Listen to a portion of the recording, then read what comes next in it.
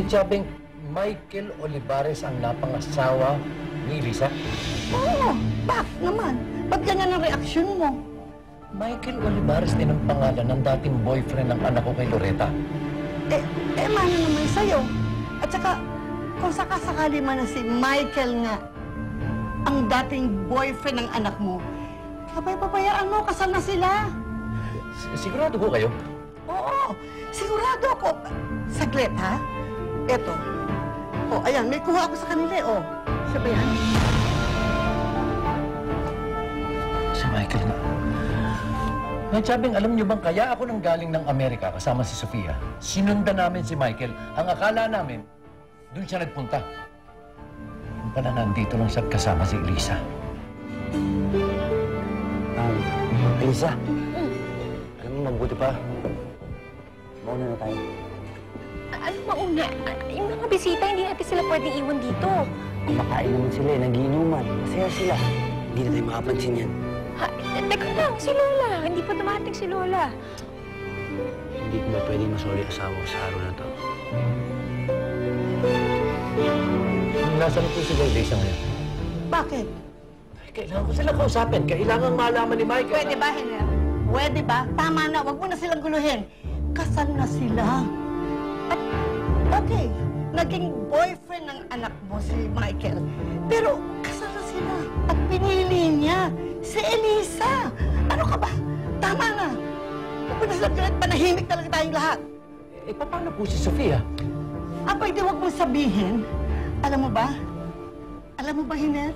Ngayon ko lang nakita na napakasaya ng anak mo. Pwede ba? Huwag mo nang pakialaman sila. Huwag mo nang biguin si Elisa. Katulad ng ginawa mo kay Sonia. Para mo ng awa. Mahal ko, apo ko. Papayaan mo na lang sila. Papayaan mo buhay sila ng masaya.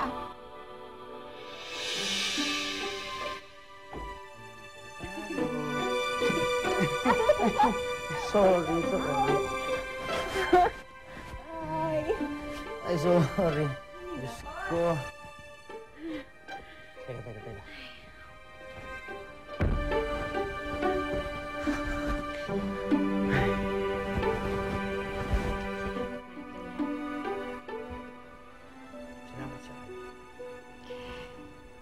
Salamat dahil ngayon na ulit ako naging masaya.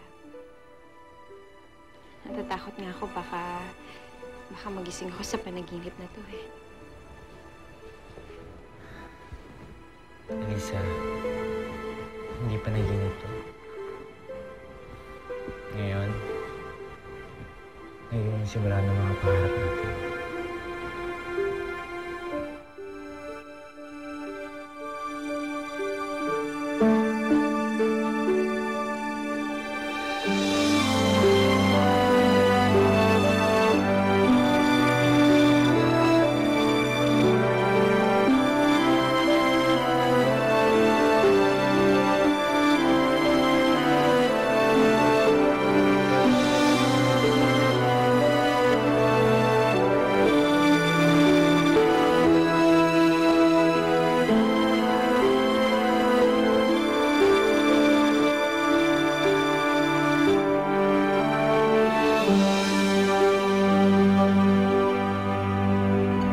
Dad, kamusta na si Eliza? Is she really married?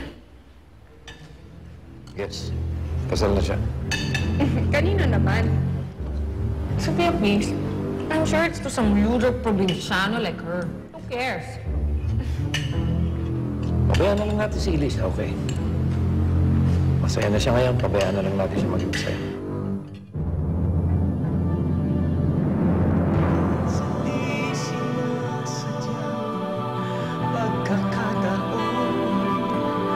At